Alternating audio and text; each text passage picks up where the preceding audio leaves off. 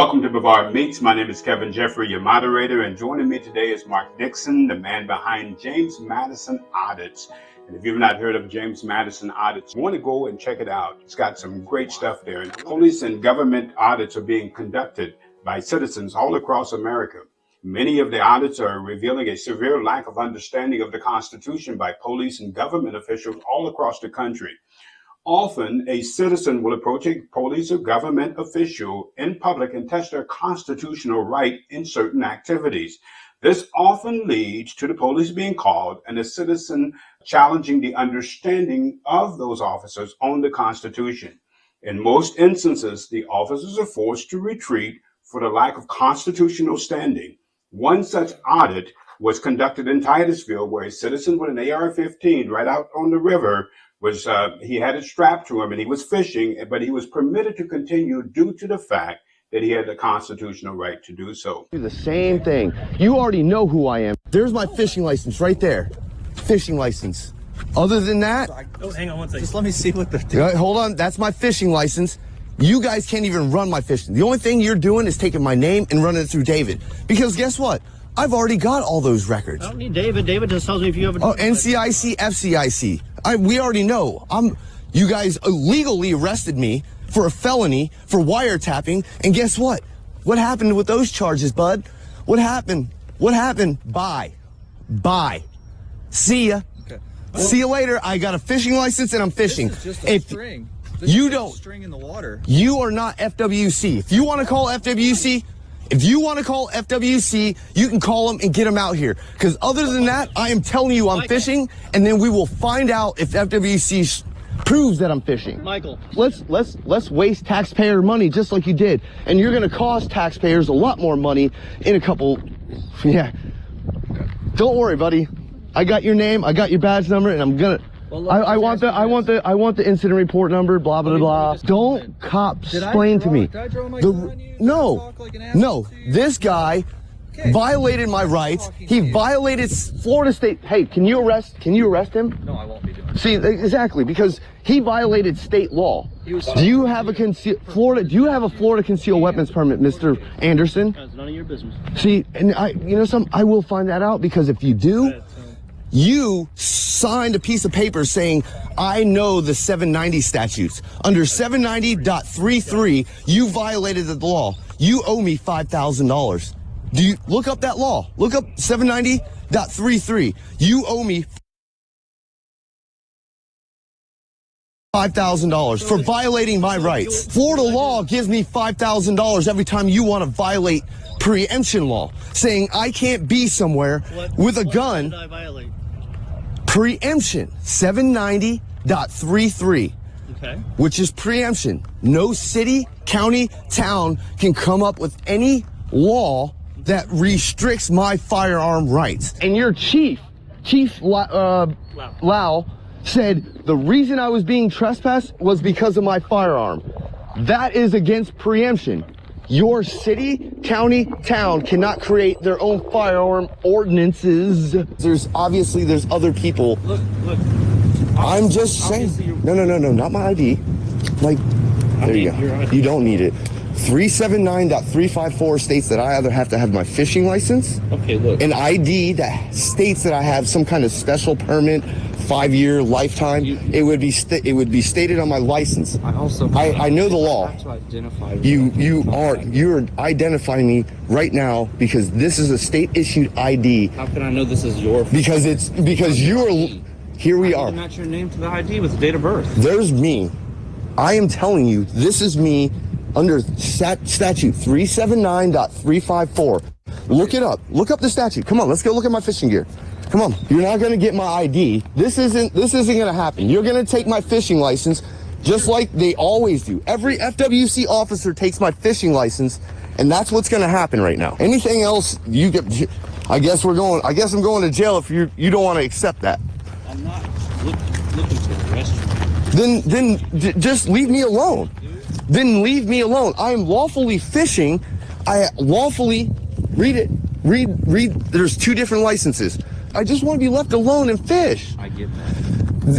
You understand there's a statute for harassing fishermen. I'm not harassing you. I'm not saying you. I'm saying them. Let me talk to you. Okay. Yes, You're not breaking the law. I know. I know I'm not. You're exercising your right. You're not illegally doing anything wrong, and I'm not. You're not under arrest. You're not in trouble. They get a call. They have to come out. They don't. They don't. Inform the public. Let's start informing the public, saying, "Hey, is he out there fishing? What's he doing with the firearm?" That's why that's why they haven't included anything with firearms into 901-151. Because I've had ARs pointed at me by the police department. Okay, so you're saying you're wearing that Because of them, not because of the people. So you're afraid of cops shooting you? Yes. Okay. That's a different reason than why you're out here fishing, open carrying. Well, I was out here open carrying in a t-shirt, baggies, and sandals like I am. Yeah. Baggies, sandals, t-shirt. Yeah. The reason I put this on is because in Cocoa Beach, they decided to point an AR-15 at me, and then the cop lied about it. He lied. He lied to me directly to my face, and when I got the body cams, guess what? It was pointed directly at me. And so, yes, I'm going to wear body armor to protect myself from people that don't know the law. So now I'm on a fucking registry for the rest of my life. The rest of my life, the FBI will have my DNA because they didn't know the law. I am so upset because there's a sergeant over there that violated my right. You swore an oath, you swore an oath, you swore an oath. Even if you don't like it, your job is to uphold it. And I'm not saying you haven't. Both of you haven't infringed or said anything. But these guys, that guy and that guy, they had to call you for what? For a lawful activity? So let's forget That's the end of it. What's happened in the past. Let's go from this moment right now. Right. Right now, you're here trying to catch crabs, fishing. Fishing. That's fine. We're done. We're leaving. All right, perfect. Thank you so much. Okay. James Madison, the former president, wrote, "For the need for government to control itself." He argued that if men were angels, no government would be necessary. If angels were to govern men, neither external or internal controls on government would be necessary. Therefore, in a government run by humans, it's crucial to oblige it to control itself. This is the core of this system of checks and balances, where each branch of government, legislative, executive, and judicial, has the means and the motive to resist encroachments on the others. And that was from James Madison. And we're in a place now, Mr. Dickinson, where that's not happening. The government is not controlling itself. It's running amok. And many of the people are not aware of it, right? I don't think so, because there's so much stuff that's spewed out on Facebook and Instagram from law enforcement and government that show what a good job they're doing. But just like most people, they're afraid to tell their story about when they do the bad job. And that's what we see here. And we see the people cheering right behind the government that they pay to provide them a service. So yeah, you don't see it. So as we get into this, and the thing is that when you question the government, and we like to say on this show, even the FBI is subject to checks and balances. They have to go to Congress, right, and validate what they did. But for some reason, where did we get to in the country where no one believes that law enforcement or government is subject to any checks and balances at all, particularly on the local level? I don't know. I see it. I even got a message last night that says what I do, I should just leave them alone and let them do their job. I don't know how we got to this point. It's very dangerous, because when people don't do that, then they do the stuff behind the scenes, and then it's just, by the time you find out about it, it's way too late. And it's not like there's a no in between, right? Because I believe in the police department. I think that they are suffering from bad leadership. I think that they don't have, in many instances, good equipment. I think they should have all of those things. Right. But you do not allow anyone to not be checked in whether or not they're following the Constitution. Show me where I'm wrong. Well, you're right. We have a Daytona Beach police chief that's I think he's making $200 and something thousand a year. Some of those guys are making 110 or 115. Most of that, though, is not the street cop. It's the higher ups. It's the chief commanders underneath him, right? With great pay, you have to have some type of specialized training, some education, other than just, I'm 19 years old, 6 months of academy like I went through, and jump out there on the road and expect you're going to make $100,000. Right. So where did you grow up? But in Volusia County, right in Port Orange. So did you ever think that you would grow up and want to be a police officer? It was weird. My grandfather came here from Puerto Rico. He played baseball. That was his ticket in. And he got a job at the Department of Transportation. He told me, start learning how to draw. And my father was a general contractor. I was learning how to draw homes and houses. And then I asked my grandfather, I was like, what do I want to do? He's like, you need to find a job with the government. It's got good benefits and good retirement. So I was going to try for DOT, and I was like, I really don't like the drawing aspect of it. And then my neighbor, Greg, says, hey, are you going to be a police officer one of these days? I hear that you're looking for a job. And that's where it came out. I was 18, getting out of high school, and jumped right into the police academy. So Really? So when you went to the police academy, what was that like? And what city was it? It's in Daytona Beach. Okay, Daytona. Yeah. So what was it like going to the police academy? I would have to say it was fun. There's a slight bit of discipline. You meet some camaraderie around your people that you're with, and then you go there, full time. It was a lot of just like book work, but the practical stuff came later in the job. But the book work was what they told you, like legal wise, very minimal on Constitution, but at the same time went over it and gave you these like acronyms for the Constitution, and it was pretty good. So I liked it. And it was enjoyable. How long did it last? I think was I 9 months. I think it was. I was 9 months. So would you be surprised if I told you we interviewed a police commander over the operation in Norway, and they said that they take 3 years? That's what you need. What do you think that, from your standpoint, you could see that would really matter? Yeah, because what happens is, I always fought algebra right in high school, and I learned after graduating high school that algebra is just a way to show problem solving. It's in life. It's how you show problem solving. When you're in these schools and you're finding yourself in the police schools like that, the problem solving that they need to be looking for is this person level-headed? Does this person have the ability to do this job? And when you're under someone for 3 years, they can really weed out the ones that don't need to be here, or if it's a bad agency, the ones, hey, we need to put him here. So that's exactly what they said. And not only do they weed out the bad ones, but it also finds the mindset of the ones who are in the academy and direct them into the pathway that they need to go to, that some don't need to be on the street. They could be maybe in the office or some other job. And so 3 years, the first year that they're in the classroom, second year, they go out on the street with an officer. The third year, they come back into the classroom, and then they graduate, and then they are able to go out on the street. I think that's one answer to finding the right police officers for the job. Yeah, I really do. So as you went through the academy and you were able to get out onto the street, what did you find? Did you find that there was a correlation between what you learned and what you saw?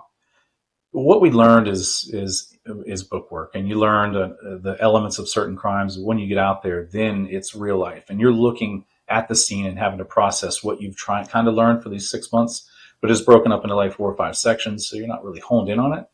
So you're like, with your FTO, they start and they show you a little bit more how the practical side of it works.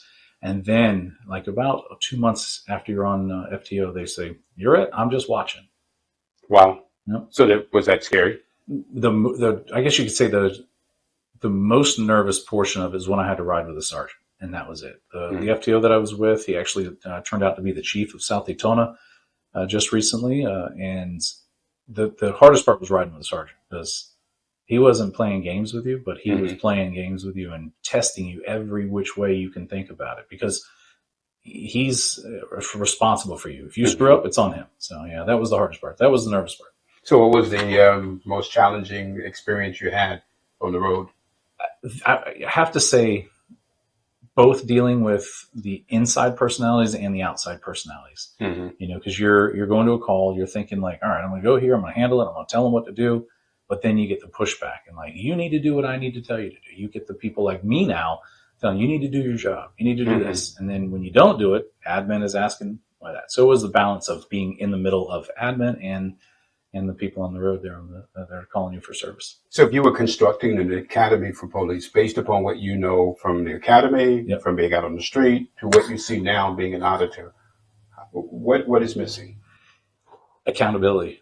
It really is. The accountability is just lacking, because we see it time of day where you hear this, like, oh, this officer here had done this, and then you see him next week on the road. So accountability is it. Putting every officer through some type of a psychological training class. Like, my college I went through for psychology. So it was really what I want to hone in on. I wanted to learn about the person, cognitive learning and all that other stuff. So making them go to psychology school. So do you think that it's a quick fix, or do you think it's deeper than that? Well, I think if you did a 3-year academy that the officers or the civilian has to pay for himself, they wouldn't be able to afford it. Mm-hmm. It was like $4,000 or $6,000 for the 9 months. So if you can imagine, multiplying that out, you'd be looking at a $20,000 class to pay these instructors. So you don't think it's practical in America? What I think is that if they look at the backgrounds, they look at the people, and when they get to the police department, they do that additional training that, not a 3-year, but something additional where they're getting paid so that the citizen that's trying to be a police officer doesn't have to foot it.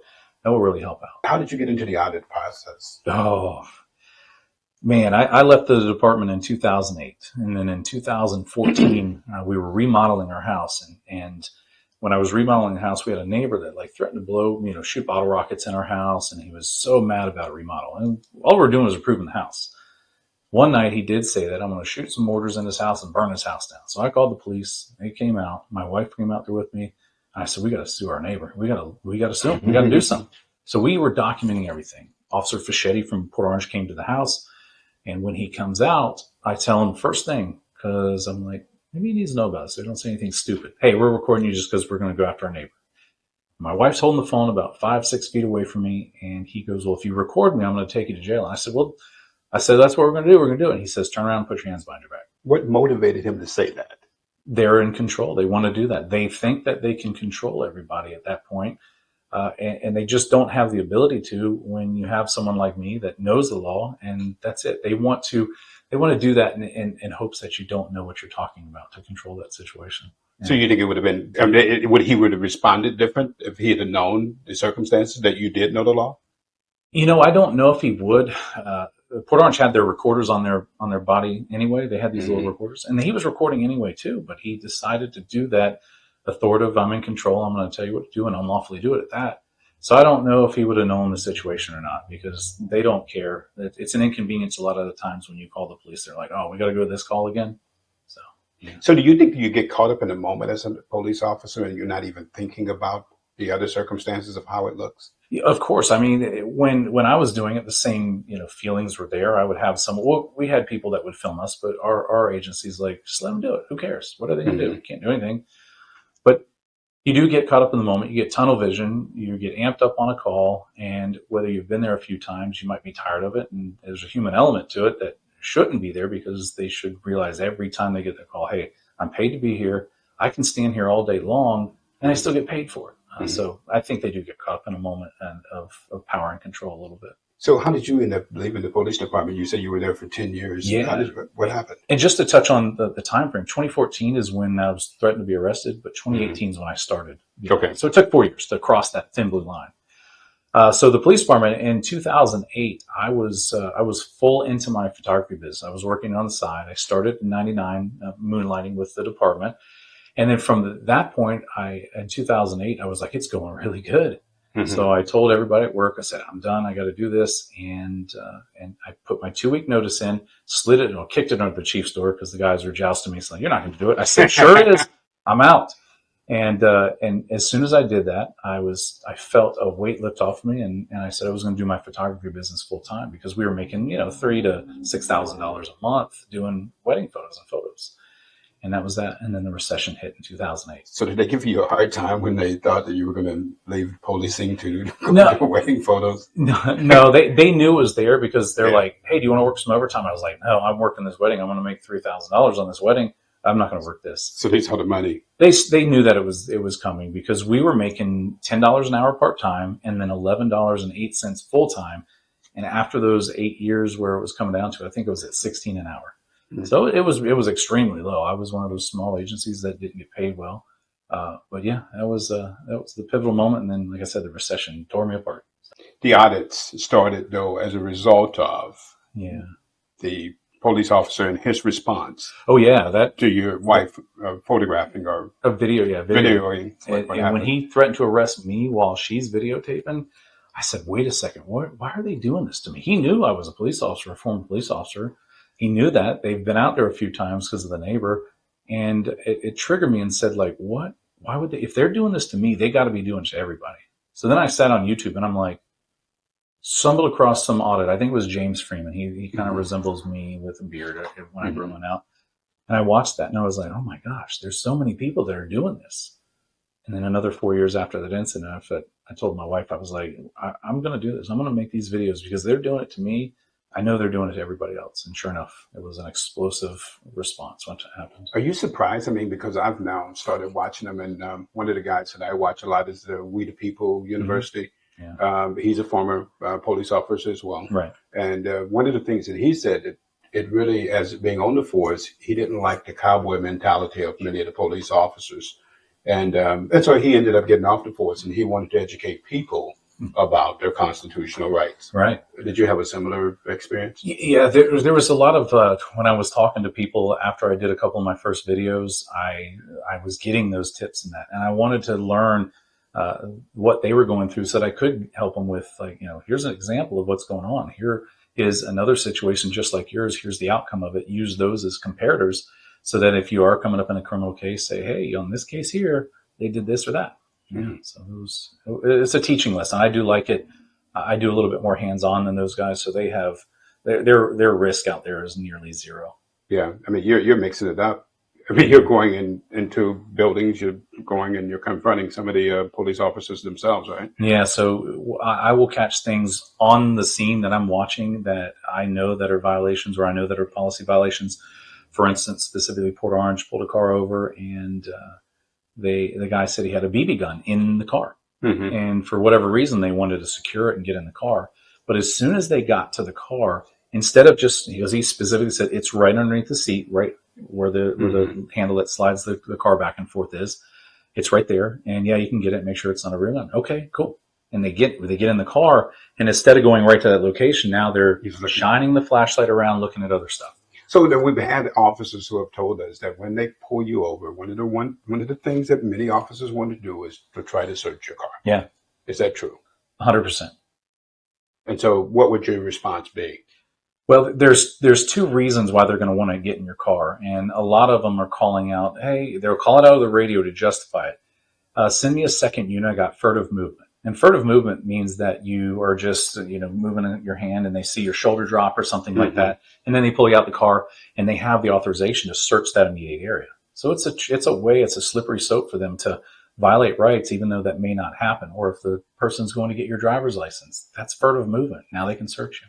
So did you see that when you were on the force? I didn't do it. We didn't do that stuff. But nowadays with body cameras and hearing it on the radio and everything being more publicized, I can't say that none of the officers did that. But the furtive movement, if you will, came out.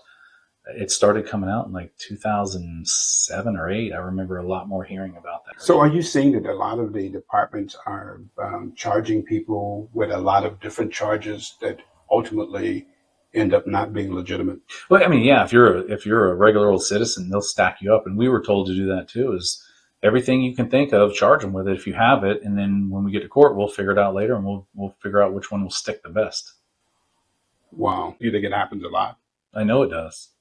I mean, it's just the way it is. You can't get away from law enforcement and their inherent design. Their inherent design is to collect evidence against you. That's all it is.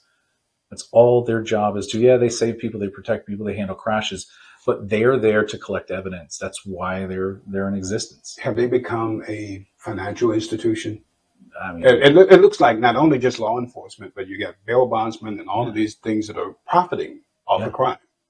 Yeah, for instance, South Daytona I tried to get their policy and procedure manual for the police department. I had it a long time ago. I knew it, but I wanted to get it. And a profit generating monster is what it is. It's what they do. They have, the policy that I was trying to get was a digital copy on Power DMS. And they wanted to charge me $135 to send me a copy of the link because she calculated all the pages up in those pages to say, well, it was 1,500 pages at X amount cents, and that's illegal. That is not legal. You can't charge for digital copies. But they understand that that's not legal. But if they can get away with it, they will. Yeah, I mean, absolutely. They understand. They know it. But when you were there doing records, they'll do that on you. But it is. I mean, even in the court system, if you're found no contest, or if you take a plea deal, you have to pay money to the police department. They get tax revenue already for that. They get a lot of money in. It's, I think, almost every agency or every law enforcement is like the top budget for every government. It is. That's not a good thing. No. The Volusia detective who asked the victim to send nude photos repeatedly. That's bizarre. Do you think so? I think. I think it's normal. You think it's normal? Because it keeps happening, and they don't arrest them. And among police officers. Yeah, absolutely. I mean, I'll give you the examples. You have that one at the Volusia County Sheriff's Office that was doing that investigator. The woman was coming in for stalking because she was put into the tag readers. You've got a South Daytona officer who just resigned, and FDLE is investigating because he was texting a 12-year-old girl on Snapchat. You got a mayor in New Smyrna that was messaging a 16-year-old girl. You got the one here in Palm Bay that went into the window of a girl that was 13. They're making it feel normal for me. So why? I mean, how does this happen? How do these kind of people get in those kinds of situations? They're unchecked. They don't have accountability. What we talked about in the beginning, they don't. You have the Ormond Beach police officer, Jacob Ryan Cannon, who revoked his own bond and turned himself into jail to try and prevent himself from facing 19 months in jail? Yeah. He should have never been a cop. Do you know what's in there besides that, which you took down a note? No. He had charges expunged for a sexual offense on a 6-year-old girl. And I think it was his sister. That's what, I didn't write that. I didn't make that up. That's in his application. But Ormond Beach tried to hide it from me.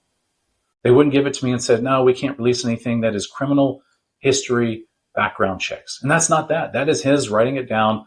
Have you ever been charged? It says it was expunged, but he said he was forced to testify, and there was like verbal and physical abuse from his family, I think it was.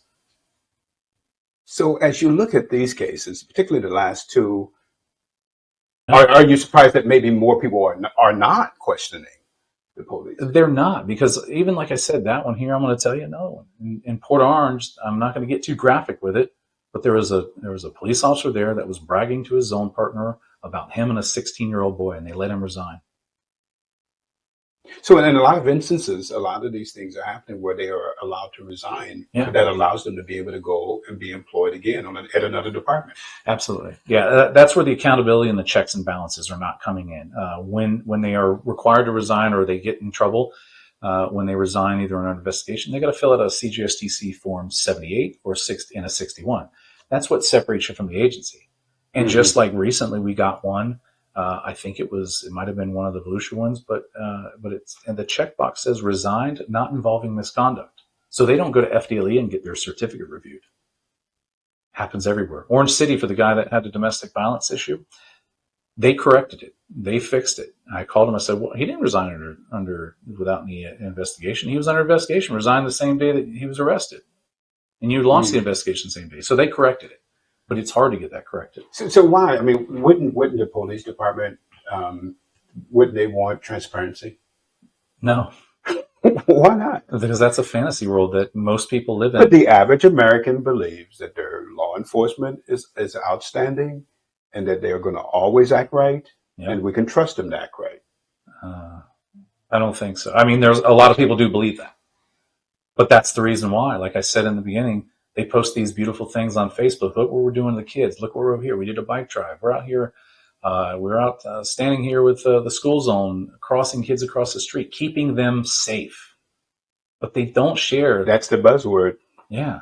Everything is done for safety. Yeah. For your safety. Right? So that to expand on that, they post the great stuff, and that's what they post. I mean, I'm not going to post that I lost money in the stock market today online. I'm going to post when I have some gains. It's very similar to that kind of feeling.